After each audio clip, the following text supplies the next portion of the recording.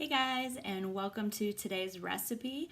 If you are a North Allegheny student, teacher, alumni, this is a fan favorite at North Allegheny, and if you're tuning in from somewhere outside of North Allegheny, I think this will become one of your favorites too. It is so simple, but tastes so good, and that's why everybody likes it. So today's recipe is called Pizza Bubbly. So I'm going to start out by reading the recipe and then getting into assembling it for all of you guys. So remember, first, if you have long hair, make sure you tie it back and make sure that you have washed your hands as well.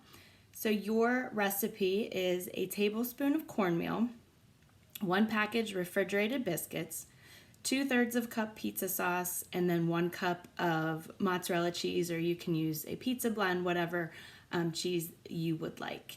Your directions are to preheat the oven to 400 degrees, lightly grease an 8-inch circle on the pizza pan, sprinkle with cornmeal, separate biscuits and cut each biscuit into 4 pieces, place in a medium bowl, add sauce and gently stir to coat, arrange dough pieces over cornmeal, sprinkle with cheese, and then bake for 15 minutes or until golden brown. So obviously, just like any other recipe, if you have allergies or any dietary restrictions, you can certainly adjust that recipe. The only thing I haven't really been able to find is gluten-free refrigerated biscuits. So if anyone knows where to get those, let me know, because that would be helpful. You could certainly use, I've used gluten-free Bisquick mix and just made drop biscuits as the base, so you can certainly do that.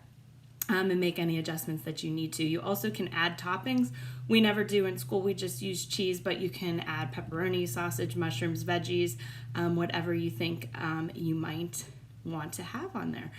So let's get started. So the first thing we need to do is preheat the oven. So I'm going to walk you over to my oven. I did make a quick little oven safety video, so make sure you check that out if you're not familiar with it. And please make sure you talk to your parents before using your oven at home. All ovens are a little bit different, so make sure you know how to use it properly, and they probably want to maybe supervise you the first few times that you use it. So let's head on over to the oven. All right. Here is my oven, so we are going to walk over. To preheat mine, I hit bake, and then it just gets turned up to 400. And then what I have to do is I then have to press start, and you can see it says PRE, so it's preheating, and it takes about 4 minutes to preheat, so a timer will go off when it's preheated and ready to go. So you always want to wait until your oven is at the correct temperature before putting anything in, which it should be after this video. All right, so I've gathered all my supplies. I realized as I was going that I only have a pizza pan that has holes in it, so that's not going to work. So I'm just going to use a baking sheet, which is perfectly fine. You don't need a pizza pan if you don't have one. It's not going to take up all of the space, so you really just need like an 8-inch circle in the middle. So your first step is to get your spray and just gently spray it. When you spray, I suggest spraying over my sinks over to the side. Spraying it over the sink, that way, if it gets on the floor, it gets really slippery, so you don't want to cause a safety hazard in the kitchen. If you have parchment paper at home, you also can line your pizza pan with parchment paper and then spray on top, because we are going to sprinkle that with cornmeal, so the spray kind of helps everything stick to it. If you don't have cornmeal at home, you can skip this step. This gives you a nice texture though on the bottom of your pizza, so I definitely recommend using it if you have it. So we need a tablespoon, so I'm just going to use my measuring spoon here, and that just gets, I sprayed my pan, it's just going to get sprinkled over top. Again, you don't have to, if you're using a pan, use the whole thing, because it's not going to fill up the whole space. So just kind of get it going the best that you can. So you have that.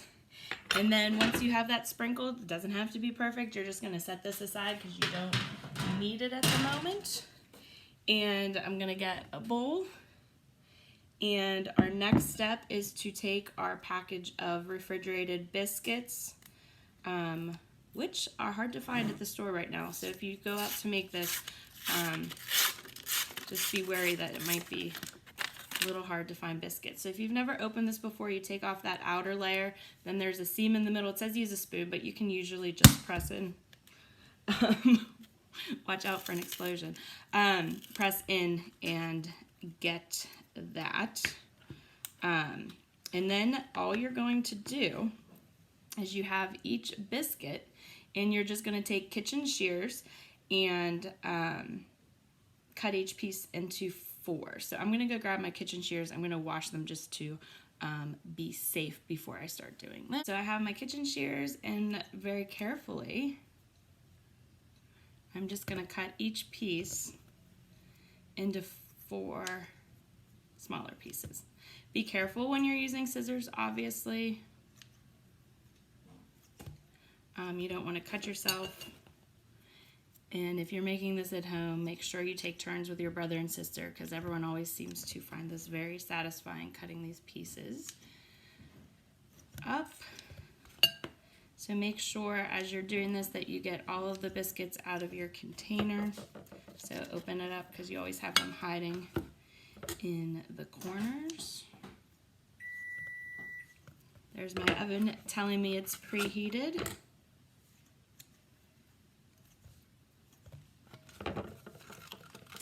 So this package had 10 biscuits in it. So you now have how many pieces? Some math for you today. 40 pieces. This can just get thrown in the garbage. I'm just going to set it aside for a moment. So now we have all our pieces in our bowl. I'm going to open up my sauce, because the next thing is to add your pizza sauce. So a lot of people don't do this, but something you want to consider whenever you're opening up any canned good is to wipe off the top of the can, because this has been to multiple places. You don't know how long it's been sitting on the shelf, so it probably has some dust in there. If you don't wipe it off, as soon as you open it, anything that was maybe on top of the lid is now in whatever food. So I'm just going to grab a paper towel, get some hot water, and just wipe off the outside and the top. This is good whenever you're drinking pop too from a can. You want to make sure that you wipe it off, because you just don't know where it's been. Let me grab my can opener.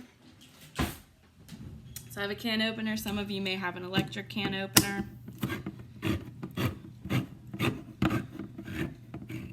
I usually don't open it all the way, because I just very carefully pull out this top part. So I have my liquid measuring cup here. Move everything out of the way. I have a liquid measuring cup, so we need 2/3.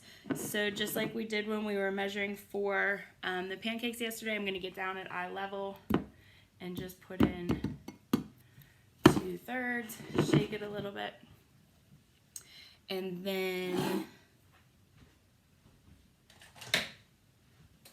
that gets added right into thing. You can get a rubber scraper, make sure you get all the sauce out.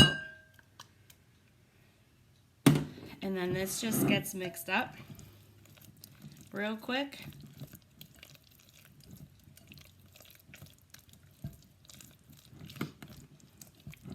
You don't need to over stir it. Okay, so we have our biscuit pieces and sauce mixed up. I'm gonna grab our tray. Move the sauce out of the way. So we have our pizza pan or baking sheet, whatever you use. You're just going to dump everything in the middle there. And what you want to do is just kind of spread it out. I told you it wasn't going to take up the whole pan, but you do just want to spread it out so you have a single layer of biscuits, but you still want everything touching. You still want to keep it touching. So I said I added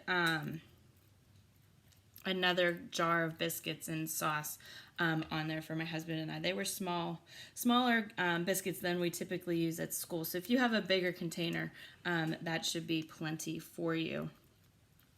But that, like I said, that was just smaller than what we typically use at school, because that's what I could find yesterday. So you have your single layer all spread out on your pan, ready to go.